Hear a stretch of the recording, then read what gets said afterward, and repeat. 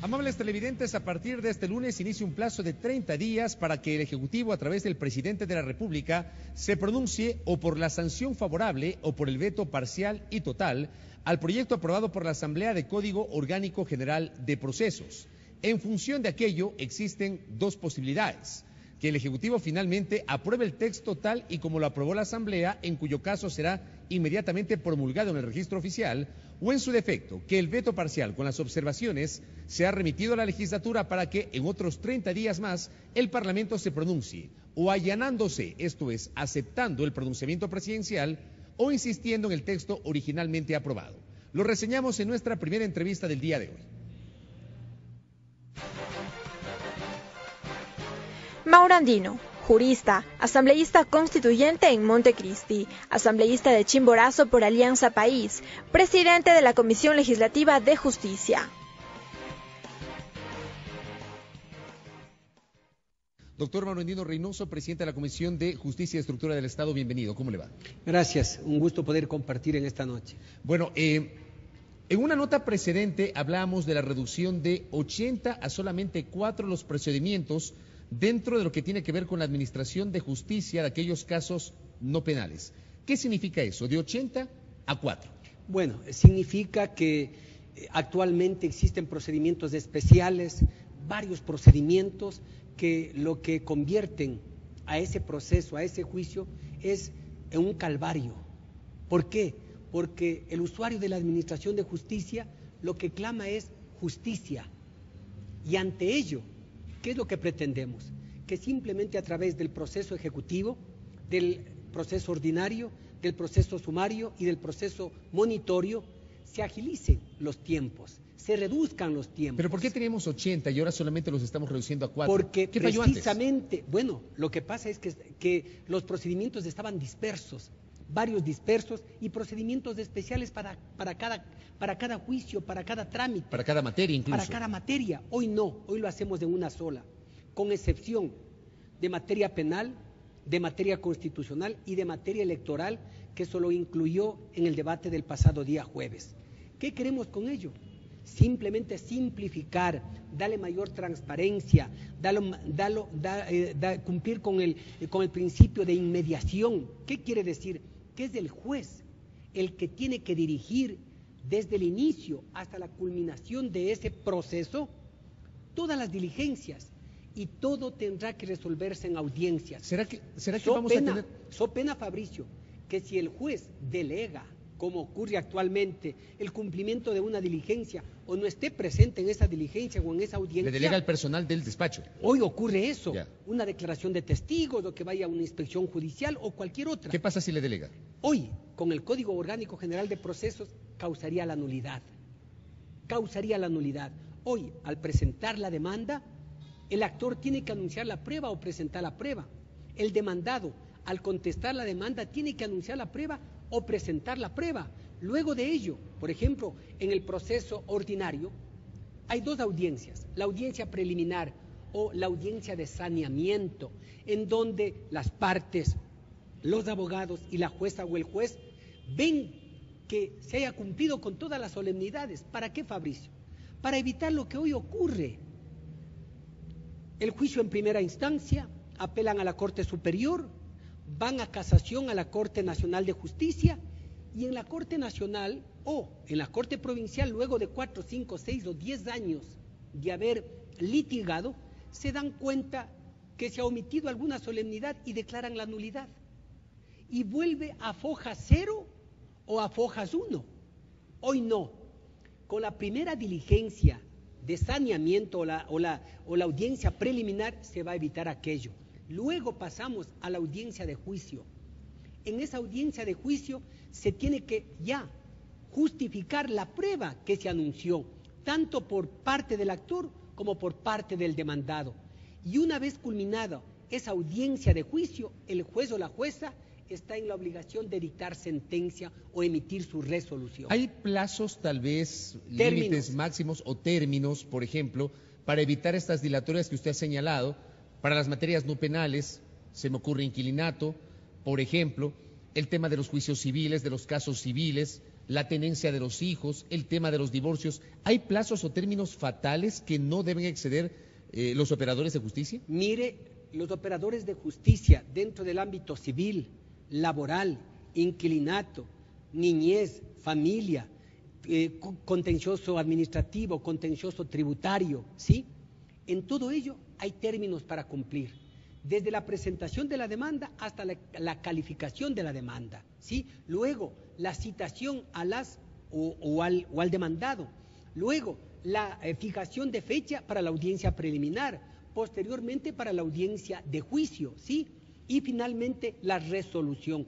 Posteriormente, si hay una apelación, los términos para que pueda apelar y pueda subir ante la Corte Provincial. ¿Pero no hay términos máximos para todo? Hay términos establecidos para cada uno de los procedimientos.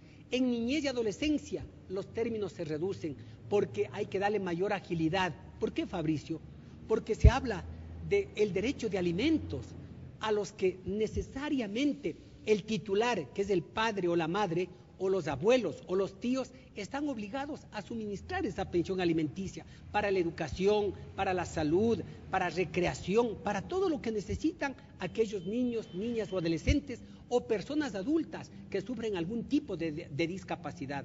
Y en este tema, actualmente en el Código Orgánico General de Procesos, estamos determinando que ya los obligados subsidiarios, que son los abuelos, las abuelas o los tíos o las tías, ya no tengan que ser sujetos de las medidas que existen hoy en el Código de la Niñez y Adolescencia. Hablamos de la prisión. En otros términos, obviamente, que se le priva de la libertad, claro, cuando están en mora en el pago de la prisión. No se utiliza, pero en términos reales eso es lo que significa. Obviamente, le privan de la libertad a un pero abuelo. Estamos señalando que ya no procederá ese mecanismo, pero sí subsiste la obligación de pasar esa pensión alimenticia en favor de aquellos niños, niñas, adolescentes o personas adultas que sufran algún tipo de discapacidad. En el caso de los obligados subsidiarios que usted ha señalado, se elimina la privación de libertad, pero ¿qué pasa con otras medidas cautelares o sustitutivas? Por ejemplo, la prohibición de salida del país, la prohibición de enajenar bienes, etcétera. ¿Eso se mantiene o también se elimina? Mire, el apremio personal, que es el término adecuado, el que consta en el Código General de Procesos. Es de la privación de libertad. Es la privación en otros el apremio términos, personal, pero es del denomina. Apremio personal, así se denomina. Eso ya no existirá. Ratifico en contra de los abuelos, de las abuelas, de los tíos o de las tías, pero sí de los titulares, es decir, del padre o de la madre. En lo que tiene que ver a medidas para evitar que salga del país o para garantizar el pago de esa pensión alimenticia, se sigue garantizando en el Código Orgánico General de Procesos. La prohibición de salida del país, ¿sí? La medida que hablábamos hace un momento, que puede ir desde 30 días hasta 180 días. El apremio personal iría de 30 hasta 180 días. En consecuencia, hay que pedir, hay que requerir a los titulares de esa obligación a que cumplan y de esa manera se eviten una medida que es fuerte pero necesaria. El tema de los abuelos, sabemos que no es nuevo, sabemos que eso no estaba vigente en los últimos tiempos, sino que es una disposición que, si mal no recuerdo, data del año, corríjame si estoy equivocado, 92.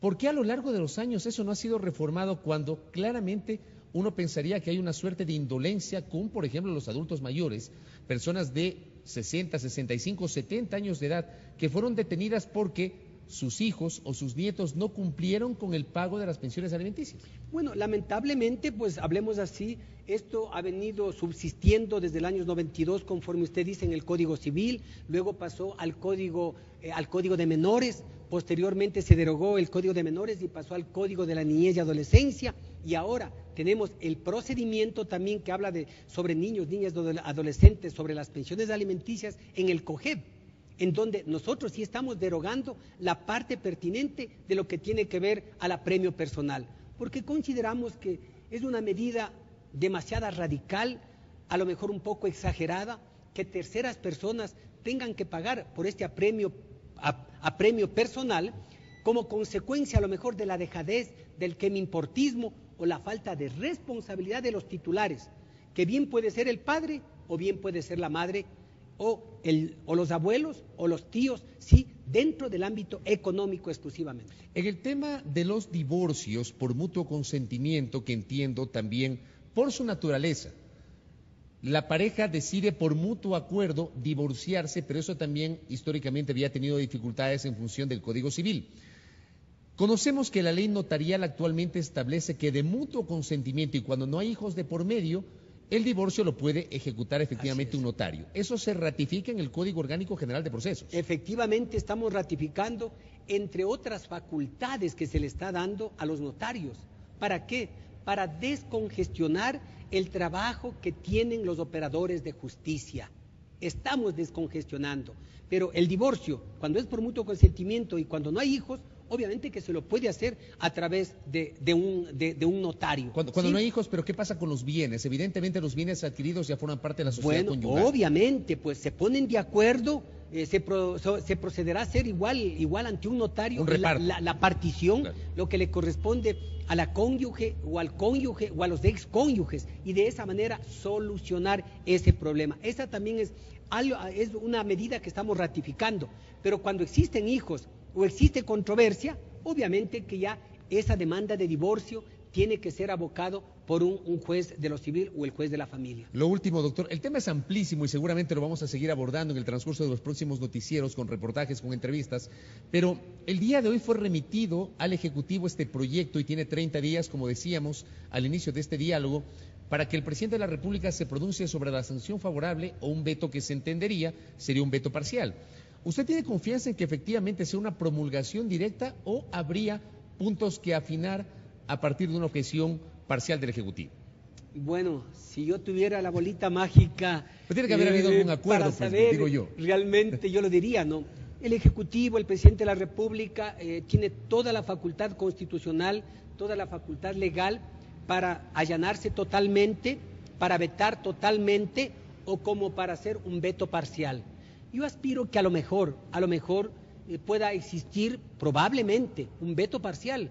Recuerde usted que este proyecto tiene 439 artículos, varias disposiciones generales, varias disposiciones reformatorias, derogatorias y una disposición final, en donde se determina que este código entrará en vigencia 12 meses posterior a su publicación en el registro oficial. Aumentaron dos meses más. Así es, con excepción de reformas que se hacen al Código Orgánico de la Función Judicial, a la ley notarial y a otras normativas más. Yo aspiro que el Ejecutivo haga un estudio detallado, pormenorizado y en el menor tiempo posible se pronuncie, porque quienes van a ser los beneficiarios son ustedes, señores usuarios de la Administración de Justicia, porque se reducen los tiempos, lo que se va a dar es mayores garantías, mayor transparencia y ustedes estarán presentes y todo se resolverá en audiencias con la dirección del juez o de la jueza. Doctor, gracias por el tiempo. A usted gracias. Mauro Andino Reynoso, quien es el presidente de la Comisión de Justicia y Estructura del Estado,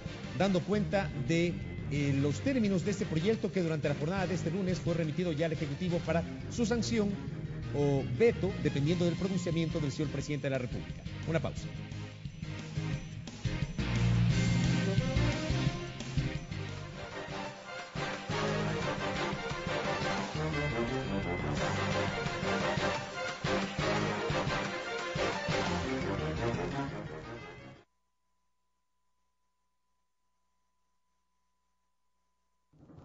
Inicio de espacio publicitario.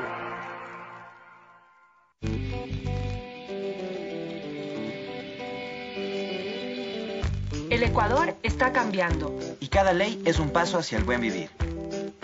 Leyes para el buen vivir. Ley Orgánica de Donación y Trasplante de Órganos, Tejidos y Células.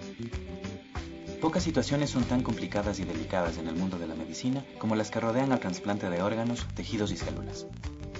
La Asamblea Nacional, por esta razón, elaboró un conjunto de normas que busca establecer mecanismos para atender a miles de personas